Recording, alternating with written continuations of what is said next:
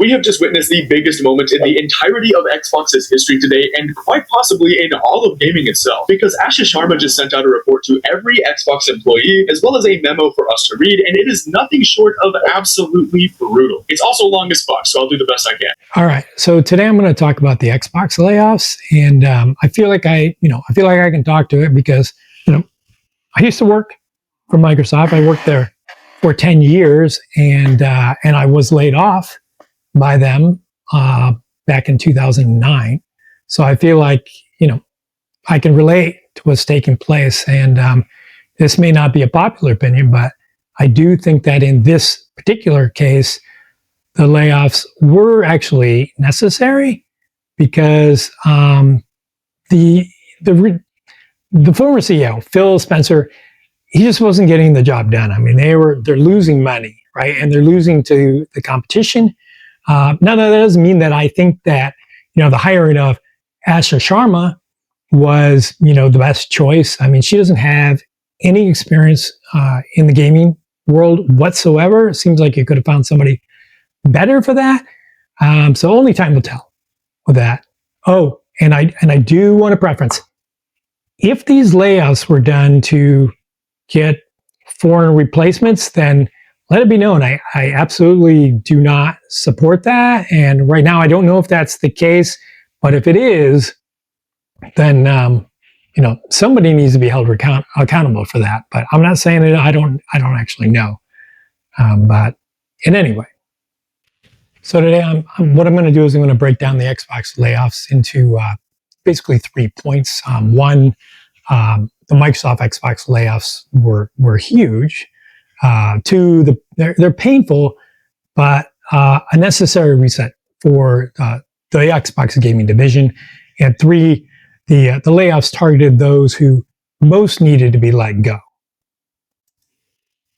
All right, so let's continue. Off by stating that Xbox will be laying off 3,200 employees through fiscal year 2027, with 1,600 of these employees leaving the company today, which is just under the current record of most layoffs in one day, being 1,900, which is also held by Xbox as well. All right. So what we know is that 3,200 people are going to get laid off. Now that's through fiscal year 2027, so it's not 3,200 up front. Initially, it's going to be 1,600 to get laid off immediately, which, it's been a few days, so I assume that's already taken place. And you may be asking, so why is that? So let me just read off a few statistics that makes this make sense. So first off, the PlayStation 5 outsold the Xbox Series by more than 2-1 globally. And then you have the Nintendo Switch, which also outsold the Xbox Series by over 4-1. The Bethesda acquisition that Microsoft bought them out for $7.5 billion, and then the Activision Blizzard acquisition, they bought them out for another $69 billion.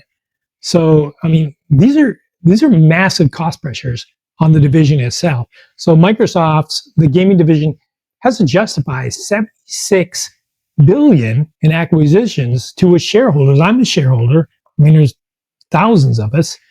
These numbers sound catastrophic, but later on we'll take a look at who was affected and why it's not quite as bad as it sounds. So let's continue with the video.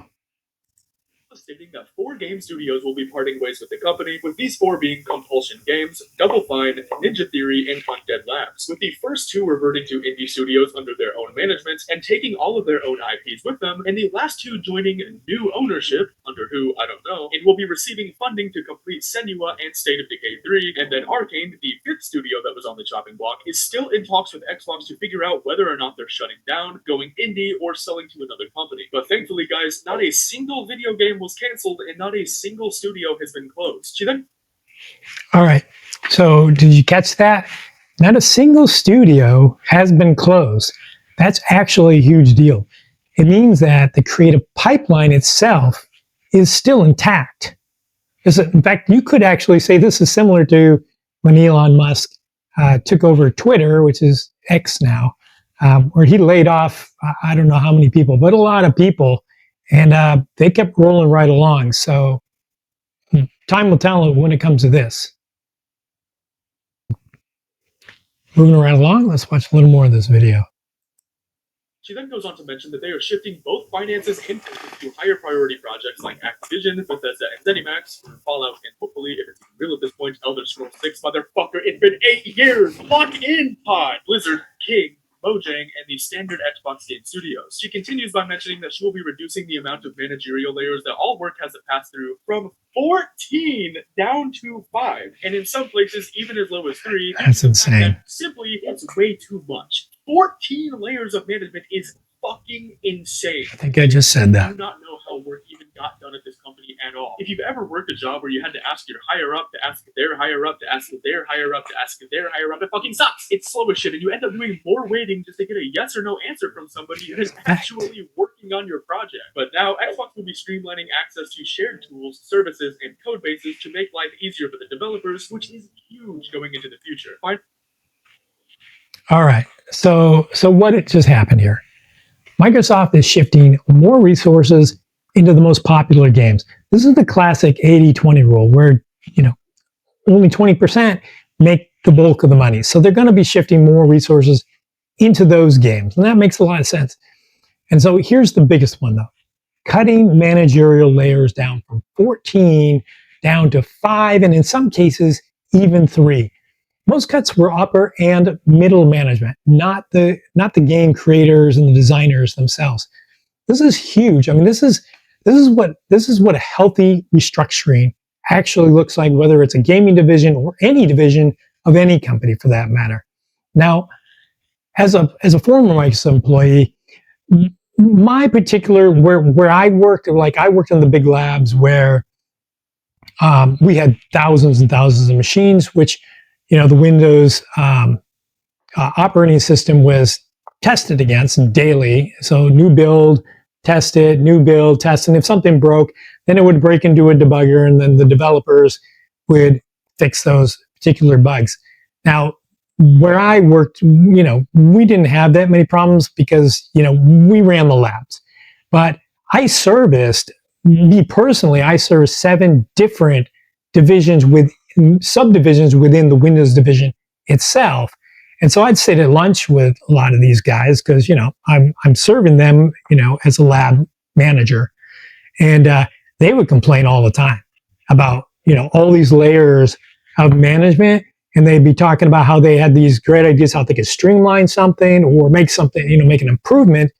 And they just couldn't get jack done. That's just what it was. So it was tough. So when it comes to this Xbox thing, I can understand why these cuts had to be made. And it isn't just to be Xbox. I'm telling you, as a former Microsoft employee, I'm sure this should be happening throughout the company, no matter whether you work on Outlook or anything. Xbox.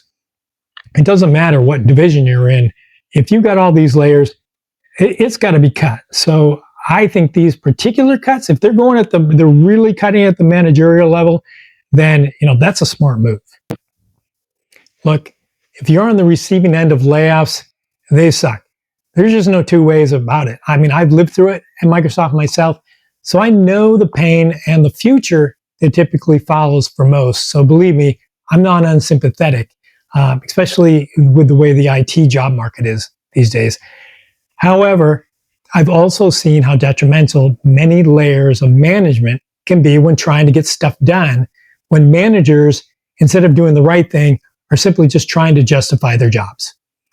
Sometimes restructuring is the only way forward.